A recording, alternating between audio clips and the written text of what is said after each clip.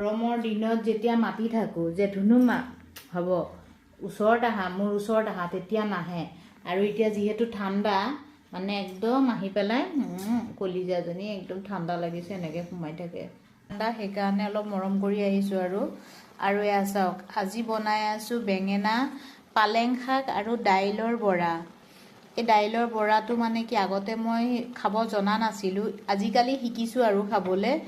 ঘৰতে বনাব পাৰি, ঘৰত বনোৱাটো মই জানো বাৰু, কিন্তু এয়া কিনি আনিছিলোঁ। দাইলৰ বৰা দি পালেং শাক আৰু বেঙেনাৰ চচ্চড়ি, বেলেগ কি খাই নাজানো, এনেকেই মই শিকিছোঁ খাবলৈ আৰু সেইটোকেই বনাওঁ আৰু মানে, যিহেতু বেলেগ কেনেকৈ বনাই নাজানো, কোনোবাই জানে যদি জনাবচোন বাৰু। আৰু কি বনাম জানেনে?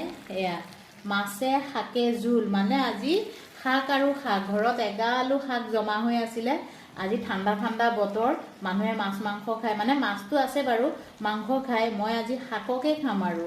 এনেকৈ এবাৰ বনাই খাই চাবচোন, দাইলৰ বৰা, পালেং শাক আৰু বেঙেনা দি পেলাই, বহুত বহুত ভাল লাগে। খালে হৈ আছে মাছৰ তৰকাৰী, আজি মাছ নাছিলে, 2 পিচ মাছ আছিলে। এনেকৈ শাক দি বনাইছোঁ আৰু একদম মছলা নিদিয়াকৈ, খালি নিমখ হালধি দি বইল টাইপত কৰিছোঁ, কিন্তু মাছটো ভাজি লৈছোঁ।